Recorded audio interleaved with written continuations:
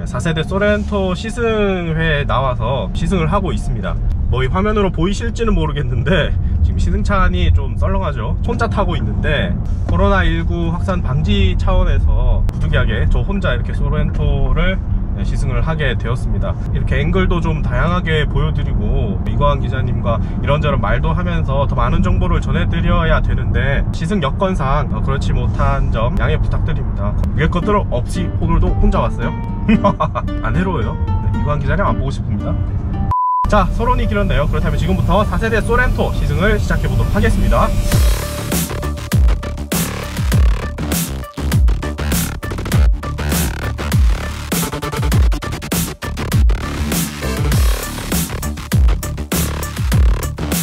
디자인은 이미 리뷰가 많더라고요. 그래도 간단히 한번 살펴보고 넘어가도록 하겠습니다. 그 기아 자동차가 소렌토를 출시하면서 준대형 SUV라는 말을 썼어요. 이게 약간 말장난 같긴 한데 어쨌든 이전 세대보다 크기가 커지긴 했습니다. 전장, 전폭, 전고 모두 10mm씩 늘어났고요. 휠베이스는 무려 35mm가 늘어났다고 합니다. 전면에는 일단 타이거 노즈 그릴이 아주 크게 자리 잡고 있어요. 뭐 다른 브랜드들도 마찬가지지만 뭔가 조금 더 튀어 보이고 브랜드의 전투성을 강조하고 싶어 하기 때문에 점점 더 그릴을 키워가는 추세인데요. 뭐 대표적으로는 BMW가 그런 경향이 확실히 좀 많이 보이는 브랜드긴 하죠. 이 소렌토도 확실히 크면서도 디자인적으로 조화가 좋은 타이거 노즈 그릴을 적용을 하고 있습니다. 헤드램프와 안개등은 기본 트림부터 다 LED로 적용을 해주고 있는데요. 전면 방향 지시등까지 LED로 바뀐 프로젝션 LED 헤드램프를 적용하려면 스타일 패키지를 따로 추가를 하셔야 합니다. 측면은 지금 시승차는 스타일 패키지가 적용됐기 때문에 20인치 휠이 적용이 되어 있고 기본은 18인치 휠입니다. 측면 전체적으로 봤을 때 캐릭터 라인은 일자로 뒤까지 쭉 뻗는 반면에 지붕 라인은 약간 뒤쪽으로 떨어지기 때문에 뒤쪽으로 갈수록 조금 더 날렵한 모습을 하고 있죠. 뒷모습은 뭔가 텔루라이드나 혹은 팰리세이드가 약간 연상되는 그런 세로형 리어램프 디자인을 적용하고 있습니다. 전체적으로 멋있긴 한데 뭔가 되게 꾸미고 싶어하는 요소가 되게 많이 들어가 있어요. 안 그래도 뒤쪽은 뒷창문 때문에 꾸밀 수 있는 면적이 그렇게 넓지가 않은데도 선이 여기저기 엄청 많이 들어가 있고요. 각종 레터링에 크롬 장식에 그리고 또 마치 공기 배출구 같이 디자인한 이런 요소들까지 있으니까 뭐가 좁은 면적에 뭘 엄청 많이 하려고 한 그런 느낌이 다소 조금 들어요. 개인적으로 소렌토를 산다면 저 밑에 소렌토 레터링은 꼭 필요할까? 나는 좀 없앨 것 같은데. 리어 램프는 프레스티지부터 LED로 적용이 됩니다. 리어 와이퍼를 스포일러 아래로 숨겼어요. 이렇게 하면 보기에도 아주 깔끔하고요. 또 와이퍼 위로 이물질이 쌓일 염려가 없기 때문에 저는 이렇게 스포일러 아래로 감춰놓는 리어 와이퍼를 굉장히 선호하는 편입니다. 배기구는 굉장히 크롬으로 열심히 막 강조를 해놨는데 정작 뚫려있지 않은 가짜예요. 배기구는 아래쪽에 따로 마련이 되어 있고 이건 가짜입니다.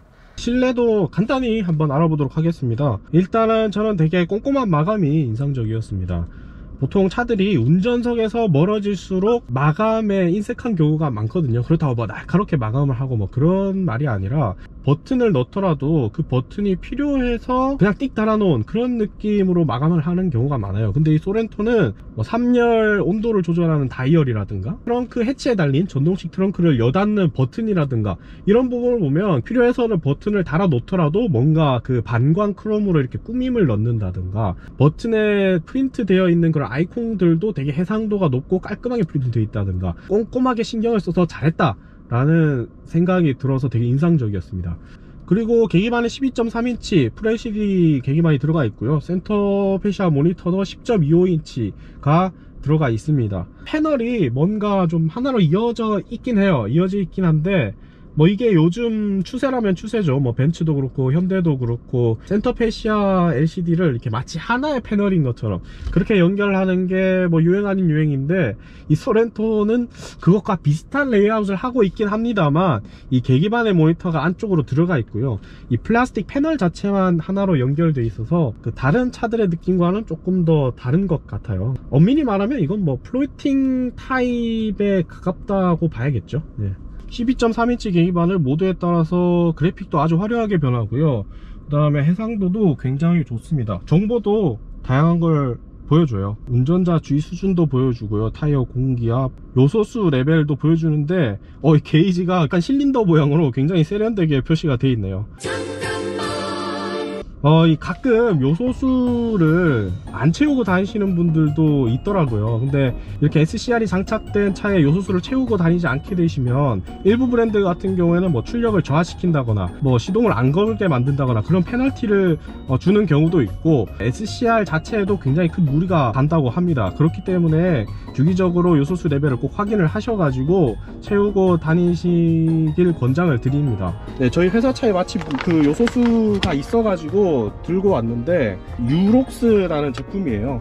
소렌토에도 순정으로 들어가는 요소수라고 합니다. 저는 그 현대기아의 모비스에서 제작을 해가지고 순정으로 넣는 줄 알았더니 이 유록스 제품이 소렌토에도 순정으로 들어간다고 합니다. 그 요즘은 이렇게 그 꼭 주유소에서 대용량으로 넣는 게 아니더라도 이렇게 팩으로 소용량으로 나오는 제품도 많거든요. 지금 얘가 용량이 아마 3.5L일 거예요. 거기다가 뭐 이렇게 주둥이가 길고 또 손잡이도 있어가지고 요소수 주입구에 들어서 입구를 꽂은 다음에 주입하기도 굉장히 용이하게 디자인이 되어 있고요. 뭐 소용량이다 보니까 뭐 차 트렁크라든가 이런 곳에 간편하게 보관할 수 있어서 이런 거를 비상용으로 차량에 구비를 해 놓으시는 것도 나쁘지 않습니다. 뭐 국산차 뿐만이 아니고 뭐 벤츠라든지 BMW라든지 뭐 볼보, 푸조, 시트로엥, FCA 뭐 이런 다양한 수입차에도 순정으로 들어가는 제품이라고 하니까 신뢰할 만한 거잖아요. 다양한 브랜드에서 순정으로 쓰고 있다는 거는. 그래서 개인적으로 좀 추천드리는 제품인데, 요소수 어차피 뭐 꼭 채우고 다니셔야 되잖아요. 아무거나 넣지 마시고 뭐 이런 개인적으로 추천드리는 유록스 같은 제품들 사용을 하시면 좋을 것 같네요. 또 한 가지 인상 깊었던 건 충전 수단이 굉장히 많다는 겁니다. 일단 1열 센터펫이 아래쪽에 USB 포트 하나, 그리고 USB 충전 포트 2개 해서 총 3개의 충전 포트를 지원을 하고 있고요.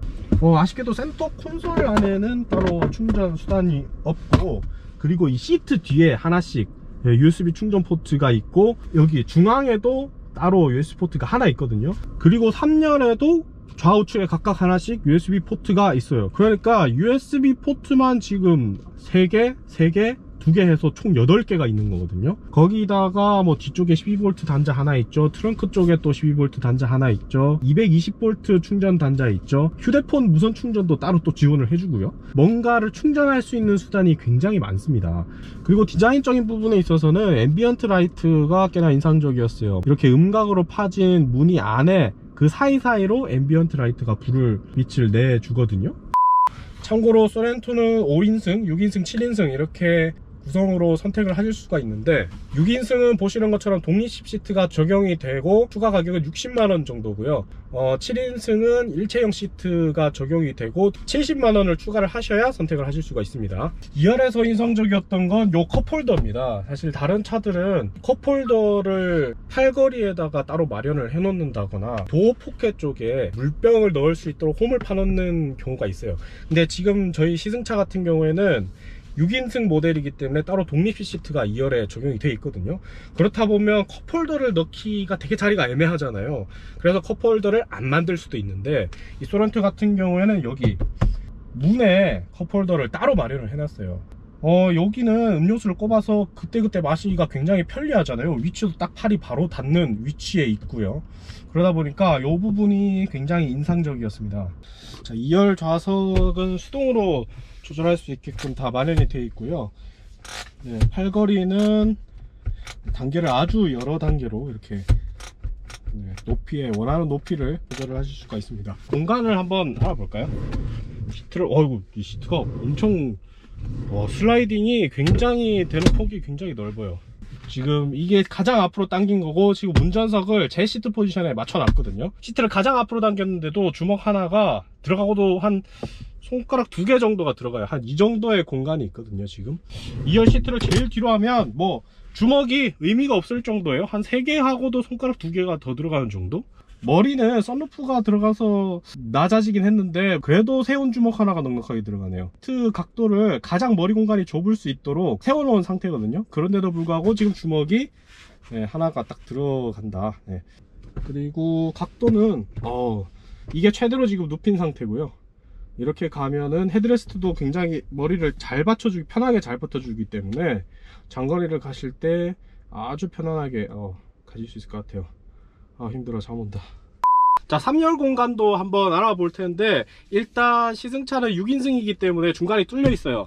그래서 2열에서 3열을 왔다 갔다 하기가 훨씬 더 편하고요. 아예 처음부터 3열에 탈 때도 어깨 쪽에 보시면 한 번에 전동으로 시트를 접을 수 있도록 버튼을 마련해 주고 있거든요. 그리고 이런 데 보면 잡고 올라오라고 손잡이도 있고요. 3열의 접근성 자체는 굉장히 좋다. 지금 이쪽 편 2열 시트를 가장 앞으로 당겨 놓은 상태거든요. 그 상태에서는 지금 무릎 공간이 주먹 하나 하고도 손가락 하나 정도, 한 요 정도가 들어가요. 그 아까 2열 시트를 가장 앞으로 당겼을 때 주먹 하나 하고도 더 들어갔으니까 사람이 못 앉을 정도는 아니거든요. 그렇다고 감안했을 때 2열 시트를 앞으로 가장 당기면 3열에서는 주먹 하나가 들어가니까 2열과 3열 모두 사람이 앉을 수 있는 수준이고요. 그리고 머리 공간도 확보를 잘 했어요. 지금 머리가 닿진 않거든요. 닿진 않는데 손날이 들어갈 정도까지의 공간 확보는 안 돼 있고, 그래도 머리가 지붕에 안 닿는 게 어딥니까? 꽤 파놨거든요, 위로. 그렇다 보니까 머리가 지붕에 닿지는 않는데 3열의 엉덩이 받침이 좀 많이 내려가 있어요. 바닥에 붙어 있거든요. 그렇다 보니까 이 자세가 좀 사람이 이런 식으로 쪼그려 앉는 듯한 형상이 돼요. 머리 공간, 무릎 공간을 확보를 잘 했는데 다소 좀 쪼그려가는, 장거리를 타고 가시기에는 조금 무리가 있을 것 같다. 짧은 거리를 타고 가시기에는 공간에 제약이 전혀 없이 타고 가실 수 있는 수준의 3열을 확보했다고 말씀드릴 수 있을 것 같고, 3열에 USB 포트도 있죠. 에어컨 송풍구도 있고 조절도 따로 할 수 있어요. 12V 충전 단자, 컵홀더, 수납 공간, 이런 것까지 본격적으로 마련을 해놨거든요.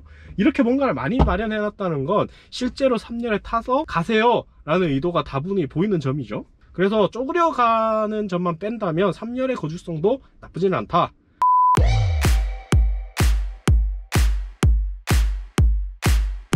자, 이제 출발을 해보도록 하겠습니다.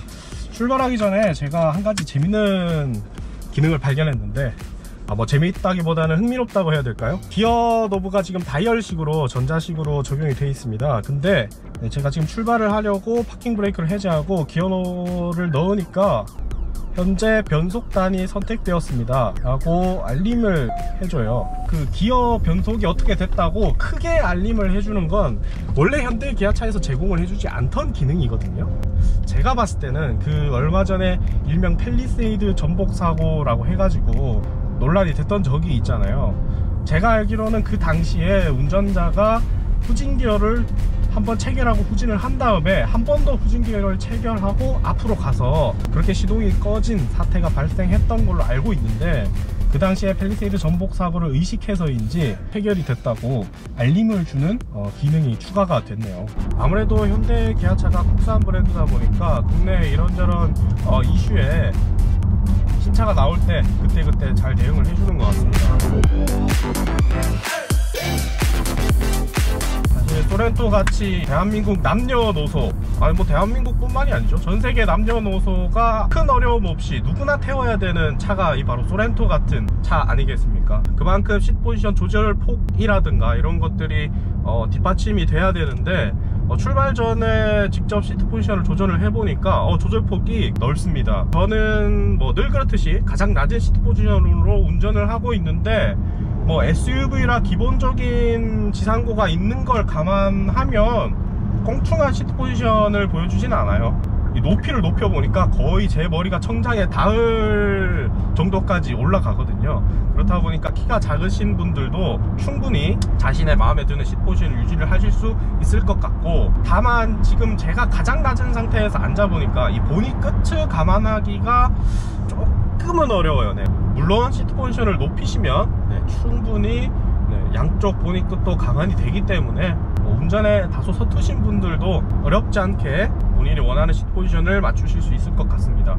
허벅지 받침까지 연장이 되고요. 그 다음에 럼버 서포트도 아래쪽 위쪽 나눠서 조절을 해주기 때문에 좋은데, 옆구리 지지대가 따로 조절이 안 되는 것 같거든요.